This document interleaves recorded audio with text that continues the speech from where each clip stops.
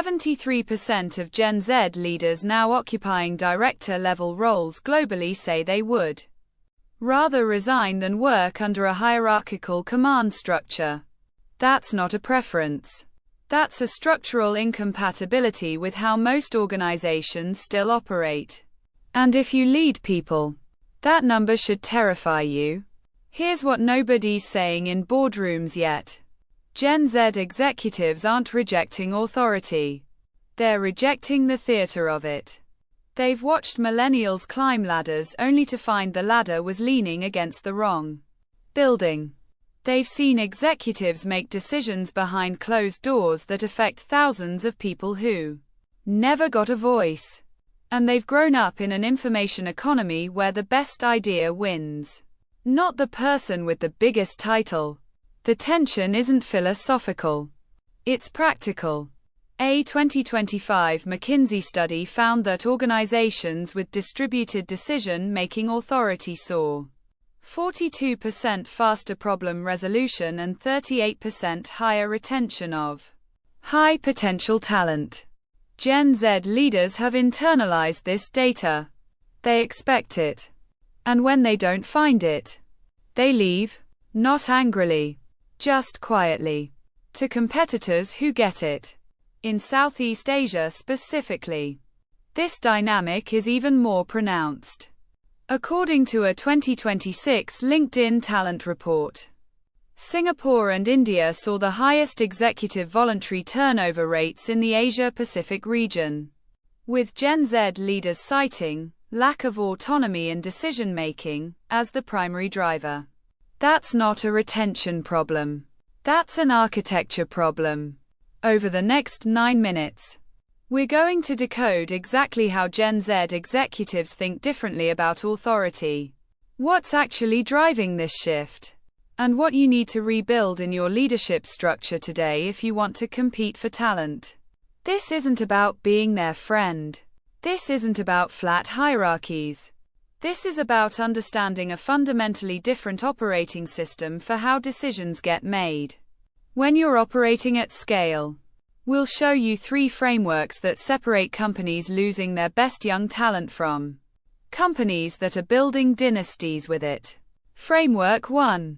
Authority now comes from context, not rank. Here's what separates the old model from the new one. A CEO used to walk into a room and speak. People listened because of the nameplate on the door. Authority was positional. Now, Gen Z leaders demand what researchers at the MIT Sloan School of Management call contextual legitimacy. That means you have to earn the right to direct every single decision, every single time, based on the actual information you possess relative to everyone else in the room. Look at what happened inside Stripe's engineering leadership in 2024 and 2025. Their head of infrastructure, who came up through the Gen Z ranks, implemented a policy where any engineer could directly challenge a decision made by their manager if they could demonstrate access to data their manager didn't have. The outcome: bug resolution time dropped by 31%, and critical security vulnerabilities were caught weeks earlier than previous years because junior engineers no longer had incentive to stay silent. Here's how to apply this. In your next leadership team meeting, explicitly state the source of your authority on each decision you're making. Say it out loud. Not because it's theatrical, because it forces you to actually examine whether you're speaking from data or from habit. When Gen Z leaders see this transparency modeled, they stop seeing hierarchy as threat and start seeing it as navigation. Framework 2. Authority requires radical visibility into the why. Generation Z grew up with access to information. The cost of information is zero. What they can't access is context. What they can't see is reasoning. That's what authority now requires. A 2025 Gallup study found that 67% of Gen Z employees say they would increase discretionary effort if they understood the strategic reasoning behind their company's decisions. 67%. But here's what's critical. They didn't just want the decision communicated. They wanted to understand the trade-offs that were made, the options that were considered and rejected, and the uncertainty the decision-maker was operating with. In India, we're seeing this play out at companies like Flipkart and Oyo Rooms, their most successful Gen Z. Department leads are now holding monthly strategy sessions where they don't just announce decisions. They walk through the entire decision tree. Which options were on the table? Why did we eliminate X? What happens if we're wrong about assumption Y? This isn't consensus building. This is transparency as authority. The application here is structural. Build decision documentation into your operating rhythm, not 30-page strategy documents. Clear, one-page decision logs that capture what we decided, what we considered, why we chose this, what could change our minds. Share these with your team. The leaders who do this don't lose authority. They magnify it. Framework 3. Authority is distributed based on proximity to the problem. This is where most organizations get it wrong. They see General Z leaders demanding autonomy and they interpret it as everyone being equal. That's not it. Gen Z executives understand something that older generations are still learning. The person closest to the problem usually has more relevant information than the person with the bigger title. Authority should be proximate to information.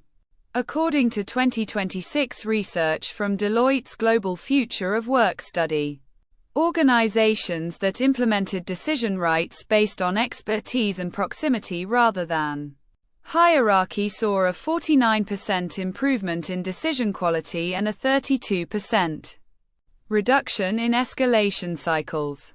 These weren't smaller companies. This included Fortune 500 enterprises. Take what Singapore-based tech company Grab did with their product teams. They gave individual product managers final decision authority on feature prioritization within their domain, regardless of seniority. The VP of product wasn't removed. She shifted her role to setting constraints, ensuring consistency across domains, and escalating only truly cross-functional conflicts. The result: product velocity increased by 47%. And 3 of their best Gen Z product managers who had offer letters from other companies rescinded them and stayed. Here's how this translates to your organization. Map out which decisions are currently being escalated that could be made closer to the problem. Not all of them. Maybe 10 to 15% to start. Identify which Gen Z leaders have the judgment to make those decisions independently. Give them clear constraints and decision rights. Publicly acknowledge when they make good calls. The authority doesn't diminish. It distributes. And people stop leaving. Here's what happens when you actually implement this. In 3 to 6 months, something shifts in your organization that most leaders never see coming. The energy in your younger leadership tier changes. They stop asking for permission and start asking for permission to solve problems. The meeting room dynamics transform. You get better questions because people aren't afraid their questions will be interpreted as insubordination. More importantly, your best young talent stops treating your company as a stepping stone.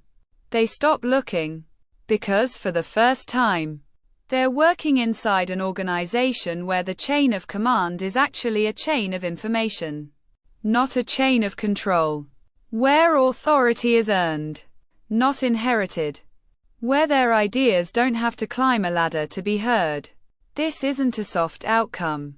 In companies across Asia Pacific that have made this shift, we're seeing Gen Z director level retention increase by 35 to 41%. And internal promotion rates jump because the leadership pipeline is no longer leaking talent. These aren't companies that got rid of hierarchy. They're companies that rebuilt it on a different foundation. And they're building a competitive moat that's very hard to replicate. If what you just heard resonates, it's because you've already felt this shift happening inside your organization. You know the talent equation has changed. You know hierarchy alone doesn't work anymore. But translating that into actual structural change is different from understanding it in principle. Here's what I want you to do right now. Identify one decision that's currently sitting at your level that could actually be made by a Gen Z leader reporting to you. Not a small decision. Something that matters. Give them the authority. Document the reasoning. And watch what happens to how they show up. In next week's video, we're going deep on how to run decision-making frameworks that separate the leaders who can operate with autonomy from the ones who still need traditional structure.